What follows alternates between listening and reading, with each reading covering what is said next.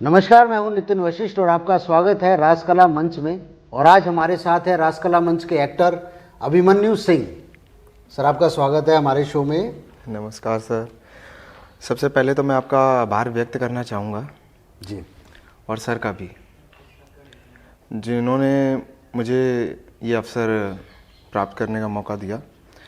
Sir, Ravi Mohan ji के निर्देशक में मैंने बहुत कुछ सीखा, बहुत कुछ जाना कि थिएटर में पहचान कैसे बनानी है। अभी तो लेकिन छोटा हूँ, लेकिन जहाँ तक सीखा उन्होंने बहुत कुछ अच्छा बताया हमें। ऐसे ही निर्देशकों के साथ काम करने में बहुत मज़ा आता है। सर कभी कभार थोड़े स्ट्रिक्ट हैं, वैसे स्ट्रिक्ट हैं, बट जहाँ तक हमें समझाते हैं तो हमारी अच्छाई के लिए ही समझाते हैं। क्या बात है अभिमन्यु सिंह जी, बिना पूछे जवाब दे दिए। आपको कितना समय हो गया अभी राजकला मंच में आए? मेरे को हो गए 2 महीने हो गए। 2 महीने हो गए। इससे पहले कोई अनुभव रहा हो एक्टिंग का? दिल्ली में छोटा मोटा ग्रुप करा है मैंने थिएटर का। ठीक है, तो अभी तक आप क्या समझ पाए एज अ एक्टर? क्या रिस्पॉन्सिबिलिटी रहती है स्टेज पे? स्टेज पे रिस्पॉन्सिबिलिटी ये बनती है हमारी कि हम कैरेक्टर को कैसे दिखाएं। अगर कैरेक्टर भिखारी है तो उसको कैसे दिखाएं, अगर कैरेक्टर राजा है तो उसे कैसे दिखाएं। तो ये हमारी रिस्पॉन्सिबिलिटी होती है। और पॉजेस का बहुत ध्यान रखना चाहिए। हमारे जो वर्ड्स हम जो बोलते हैं उस पर हमारा कितना संतुलन है वो हमें दिखाना पड़ता है। और इसके पीछे बहुत तैयारी लगती होगी। जी, तैयारी बहुत लगती है। और एक किरदार को आपको तैयार करने के लिए कितना समय लगता है, कितना वक्त लगता है, और क्या क्या करना पड़ता है, वो हम जानना चाहते हैं। अगर जहाँ तक कोई भी किरदार छोटा बड़ा नहीं होता, बट लेकिन जहाँ तक अगर छोटा किरदार भी हम करते हैं तो उसमें भी बहुत मेहनत लगती है, और बड़े किरदार भी करते हैं उसमें भी बहुत मेहनत लगती है।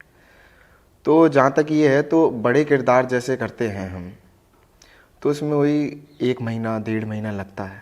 छोटे किरदार करते हैं उसमें 15 दिन लगते हैं। तो ऐसे लगते हैं। टीम के हिसाब से चलना पड़ता है, अकेले कुछ नहीं होता। तो राजकला मंच क्या और थिएटर ग्रुप से कैसे अलग है? आपको क्या अनुभव हुआ, क्योंकि आप पहले भी कर चुके हैं? जी, मैं दिल्ली में करता था सर, तो वहाँ पे इतना नहीं समझाया जाता था।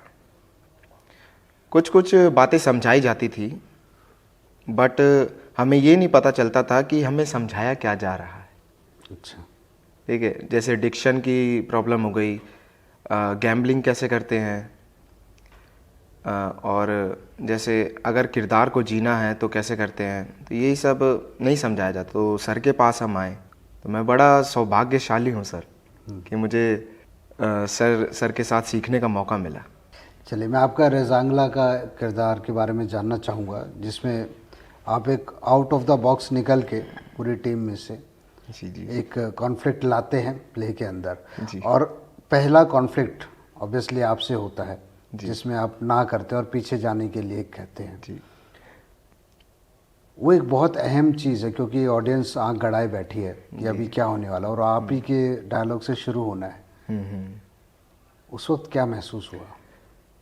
जहाँ तक किरदार की बात करें हम, तो महसूस सर ये हुआ कि अपने साथियों को, अपने दोस्तों को, जैसे हमसे बड़ा लगाव हो, उसको हमने खोता हुआ देखा, तो वो डर बैठ गया। और वो बचपन से ही वो किरदार सतपाल सिंह बड़ा ही शांत, किसी से बोलना नहीं, ज़्यादा किसी से बात ना करना, बिल्कुल शर्मीला एकदम। इसलिए क्योंकि उसके जो पिताजी थे वो थोड़ा अमीर तो था ही वो, बट उसके जो पिताजी थे अय्याश थे बिल्कुल। तो उनका अफेयर चलता था। ये सब देख के वो थोड़ा परेशान होता था। अपनी माँ की जो दर्द है, जो माँ का दर्द है, तो वो सह नहीं पाता था। तभी वो फ़ौज में आया। फ़ौज में आने के बाद उसने मतलब वो इधर उधर भागता रहा पूरी ज़िंदगी। तो फ़ौज में आया तो भी अब इधर उधर भागना उसे पड़ा। लेकिन जब हमारे जो मेजर शैतान सिंह हैं, उन्होंने बताया कि ऐसा जो सिचुएशन वहाँ पे घटी, तो उसके हिसाब से चलो। तो फिर वो समझा। फिर सबसे आगे भी वही आया कि अब नहीं, अब मरना है या जीना है, इन दोनों के बीच का आंकड़ा जो है वो रखना है हमें। तो आते आते वक्त वो भी शहीद हुए, तो वो भी चल बसे।